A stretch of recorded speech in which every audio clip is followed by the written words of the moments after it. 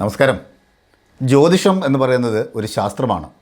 ജീവിതത്തിലെ പ്രതിസന്ധികളും പ്രയാസങ്ങളും ഒക്കെ ഉണ്ടാകുമ്പോൾ അതിന് ശാശ്വതമായ ഒരു പരിഹാരം എങ്ങനെ ലഭിക്കും, അല്ലെങ്കിൽ നമ്മുടെ നല്ല നാളെയെക്കുറിച്ച് ചിന്തിക്കുമ്പോൾ എന്തൊക്കെയാണ് ജീവിതത്തിൽ മാറ്റങ്ങൾ സംഭവിക്കുന്നത്, അതിന് കറക്റ്റായിട്ട് ആൻസർ പറഞ്ഞു തരാൻ കഴിയുന്ന ഒരു ശാസ്ത്രശാഖയാണ് ജ്യോതിഷം.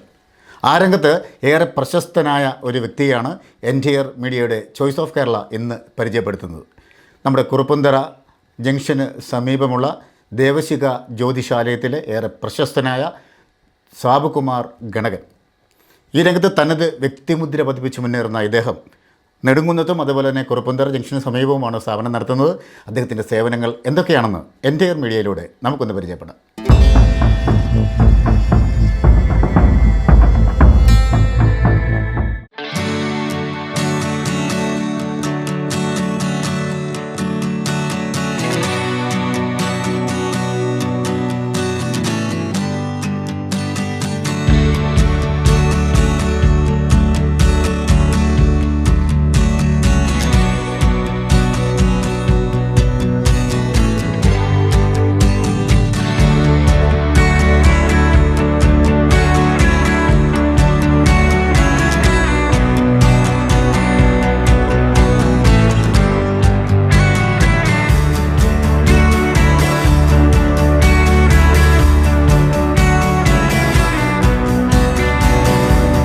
ജ്യോതിഷ രംഗത്ത് ഏറെ പ്രശസ്തനായ ജ്യോത്സ്യൻ സാബുകുമാർ ഗണകനൊപ്പമാണ് ഞാനുള്ളത്.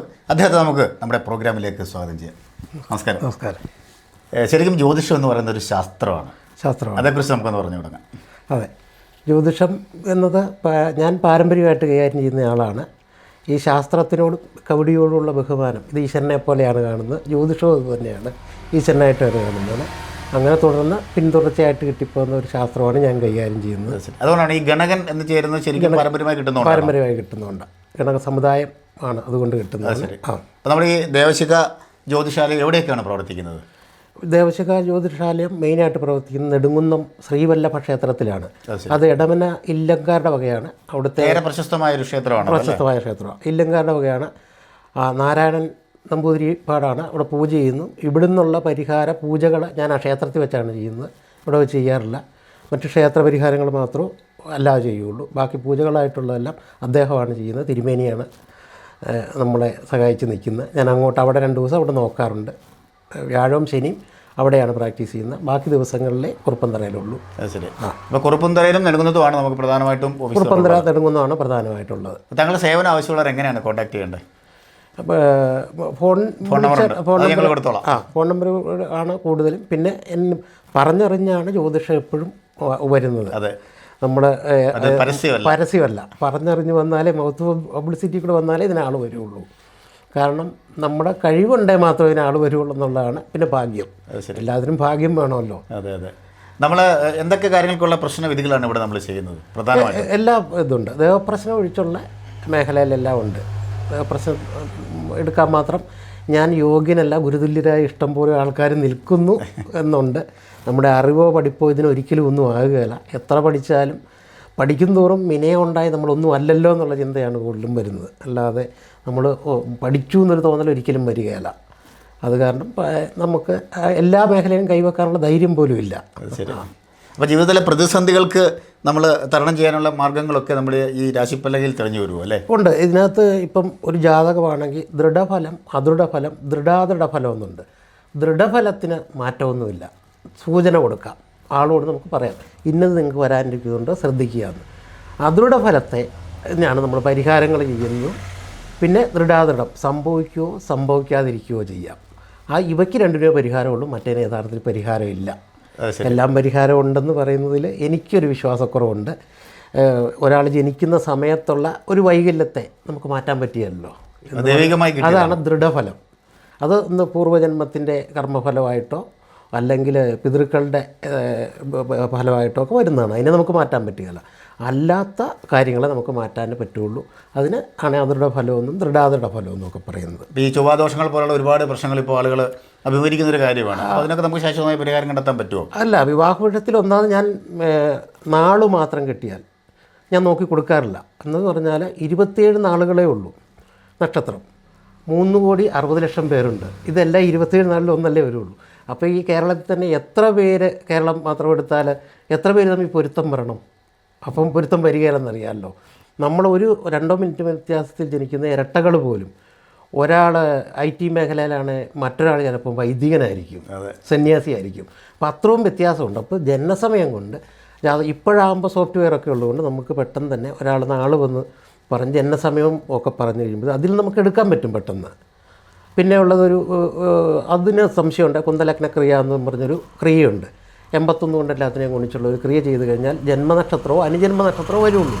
അത് വെച്ച് കറക്റ്റ് ചെയ്തിട്ട് പിന്നെ നമ്മൾ അവരുടെ ഫലം, അവർ എങ്ങനെ ജീവിക്കും എന്നുള്ള ഇത് ഈ 12 ഭാവങ്ങളിൽ 7-ാം ഭാവം കൊണ്ട് അറിയാം, 5-ാം ഭാവം കൊണ്ട് സന്താനവും ഇവരുടെ സ്നേഹവും കാര്യങ്ങളും മനസ്സും ഒക്കെ അറിയാം. 4 കൂടെ കൂട്ടിയാൽ അതൊക്കെ കൊണ്ട് ഉള്ള വിധി എന്ന് പറയുന്നത് നമുക്ക് മാറ്റാൻ പറ്റില്ല. അത് ചൊവ്വാദോഷമല്ല. അതിനകത്ത് ശുഭകരമല്ലെങ്കിൽ അത് ശുഭാദോഷം എന്ന് പറയാൻ പറ്റില്ല. അപ്പം നമുക്ക് അതിനാണ് ഞാൻ പറയുന്നത് ദൃഢഫലം എന്ന് പറയുന്നത്. അത് മാറ്റാൻ പറ്റുകയില്ല. 7-ാം ഭാവത്തിൽ പാപഗ്രഹം, പാപത്തിനും തൽപ്പതിക്കും കാരകാഗ്രഹത്തിനും ഒന്നാണ്. ഇതുവരെ എല്ലാം മോശ സ്ഥലത്താണെങ്കിൽ മോശം ഫലം ഉണ്ടാവുള്ളൂ. ആരെ കൊണ്ട് കെട്ടിച്ചാലും അത് പറഞ്ഞു കൊടുക്കും. അതാണ് പറഞ്ഞു കൊടുക്കുന്നത്. മോളുടെ ജാതകത്തിൽ ഇങ്ങനെ ഒരു കുഴപ്പമുണ്ടല്ല, ചൊവ്വാദോഷം എന്നുള്ളത് ഞാൻ പറയാറില്ല. കാലഹരണപ്പെട്ട വാക്കായിപ്പോയല്ലേ? അതിനാന്ന് ചോദിച്ചാൽ നമ്മൾ മാത്രമല്ലല്ലോ സമൂഹത്തിൽ ജീവിക്കുന്നത്. ജീവിക്കുന്ന നമ്മളെ തുച്ഛമായ എണ്ണമുള്ള ഹിന്ദുക്കളും ഇത് നോക്കുന്നു, ഹിന്ദുക്കളിലും ഇത് നോക്കുന്നവരെ. അല്ലാത്തവരെല്ലാം ജീവിക്കുന്നില്ലേ ഇത് നോക്കാതെ? ഈ ചൊവ്വാദോഷത്തിന് മറ്റാർക്കും വരുന്നില്ലല്ലോ. അപ്പം ഗ്രഹനിലയിലാണ് ഇരിക്കുന്നത്. അത്രയും നോക്കാനുള്ള ബുദ്ധിമുട്ട് മടിയൊക്കെ കൊണ്ട് ഞാൻ വലിയ തിരക്കൊന്നും ഇല്ലാത്ത ആളായതുകൊണ്ട് ഞാൻ ഇതെല്ലാം നോക്കി തന്നെ കൊടുക്കുകയുള്ളൂ. പെട്ടെന്ന് ഓൺലൈനിൽ നാളെ പറഞ്ഞിട്ട് 2 നാളൊന്ന് നോക്കി തരാമോ എന്ന് ചോദിച്ചാൽ പറ്റിയല്ല. ഇനി തിരക്കായിക്കോളും, കുഴപ്പമൊന്നുമില്ല. പറ്റിയല്ലാന്ന് വളരെ അഗാധമായ പാണ്ഡിത്യമുള്ള വ്യക്തിയാണ് താങ്കൾ. അതിനോട് ഞങ്ങൾ ഇങ്ങോട്ട് വന്നത്. അല്ല, അത് ഞാൻ പറഞ്ഞില്ലേ, നമ്മൾ എത്ര പഠിച്ചാലും തീരുകയില്ല. ഇന്നിപ്പം നിങ്ങൾ പോയി കഴിഞ്ഞാൽ ആളില്ലെങ്കിൽ ഉടനെ പഠിക്കാൻ തുടങ്ങുക. അത് ശരി. ഇത് എത്രയോ വർഷങ്ങൾ ഇനിയും ഒരു ജന്മമൊക്കെ കിട്ടിയാൽ പോലും ഈ നമ്മുടെ ഒരു വിശ്വാസപ്രകാരം പറയുന്നത്, നമ്മൾ മരിക്കാറാകുമ്പോൾ എന്ത് ചെയ്തുകൊണ്ടിരിക്കുന്നു അതായിട്ട് അടുത്ത ജന്മം വരാമെന്ന. അപ്പോൾ പഠിച്ചുകൊണ്ടിരിക്കാനുള്ള ബോധം ഉണ്ടാകണമെന്നാണ് പ്രാർത്ഥന. അടുത്ത ജന്മത്തിലും നമ്മൾ ജ്യോത്സ്യനായിട്ട് തന്നെ. നമുക്ക് ഇവിടെ എന്തൊക്കെ സേവനങ്ങളാണ് പ്രധാനമായിട്ടും ആളുകൾക്ക് ലഭിക്കുന്നത്? ജാതകം, മുഹൂർത്തം, വിവാഹപ്പൊരുത്തം, അങ്ങനെയുള്ള ദേവപ്രശ്നം ഒഴിച്ചുള്ള എല്ലാ കാര്യങ്ങളും ചെയ്യാറുണ്ട്. വാസ്തു നോക്കാറില്ല. വാസ്തു എൻ്റെ അടുത്ത സുഹൃത്തുക്കളുണ്ട്, അപ്പോൾ അവരെ വിടുകയുള്ളൂ. അത്യാവശ്യം അറിയാമലും ഞാൻ ചെയ്യാറില്ല. കാരണം നമുക്കൊരു പ്രശ്നം ഉണ്ടല്ലോ അങ്ങനെ. അതുകൊണ്ട് അങ്ങനെ അതിനകത്ത് കേന്ദ്രീകരിച്ച്. അതെ. ശരിക്കും ഇപ്പോഴത്തെ ഈ തലമുറ ജ്യോതിഷത്തിൽ എത്രത്തോളം പഴയതിലും വിശ്വാസികൾ ഉണ്ടാവുക ഇത്. അതെ, വിശ്വാസികൾ കൂടുകയാണ് ചെയ്തത്. പിന്നെ ഈ എതിരായിട്ട് പറയുന്ന പലരും രാത്രിയിൽ ഇത് ചോദിച്ച് മനസ്സിലാക്കുന്നവരും രാത്രി നോക്കിത്തരാമോ എന്ന് ചോദിക്കുന്നവരുമാണ്. കാരണം എന്തുകൊണ്ട് അവരിതിനെക്കുറിച്ച് ചിന്തിക്കുന്നു. ഒരാൾ ഒരു മോശം പറഞ്ഞാലും നല്ലത് പറഞ്ഞാലും അത് ചിന്തയിൽ വന്നിട്ടാണ് ഇത് പറയുന്നത്. ഇവരിതിനെക്കുറിച്ച് മോശമായിട്ട് പറയുന്നത് ദൈവത്തെ വിശ്വസിക്കുന്ന ആളുകളാണ് പലരും. അതാണ് ചിന്തയിൽ വരുന്നതാണ് നമ്മൾ പറയുന്നത്. ചിന്തയിൽ വരാത്ത നമുക്ക് പറയാൻ പറ്റിയല്ല. ഇപ്പം തമാശ പറഞ്ഞാലും ഗൗരവത്തിൽ നടന്നാലും അത് ചിന്തയിൽ വന്നിട്ടാണ്. ചിന്തയിൽ ഇവർ വരുന്നതുകൊണ്ടാണ് ഇവരിത് പറയുന്നത്. ശരിയാണോ എന്നുള്ള ഉത്കണ്ഠ ഇങ്ങനെ കിടക്കുക. അതുകൊണ്ട് ചോദിക്കാറുണ്ട്. അതുകൊണ്ട് ഇല്ല എന്ന് പറയുന്നവരാണ് കൂടുതൽ വിശ്വാസികൾ, തെറ്റാന്ന് പറയുന്നവർ. എൻ്റെ അനുഭവം അങ്ങനെയാണ്. എന്നാലും വളരെ വിശദമായ ജ്യോതിഷത്തെക്കുറിച്ചും കാര്യങ്ങളൊക്കെ പറഞ്ഞു തന്നത് താങ്കൾക്ക് പ്രത്യേക നന്ദി.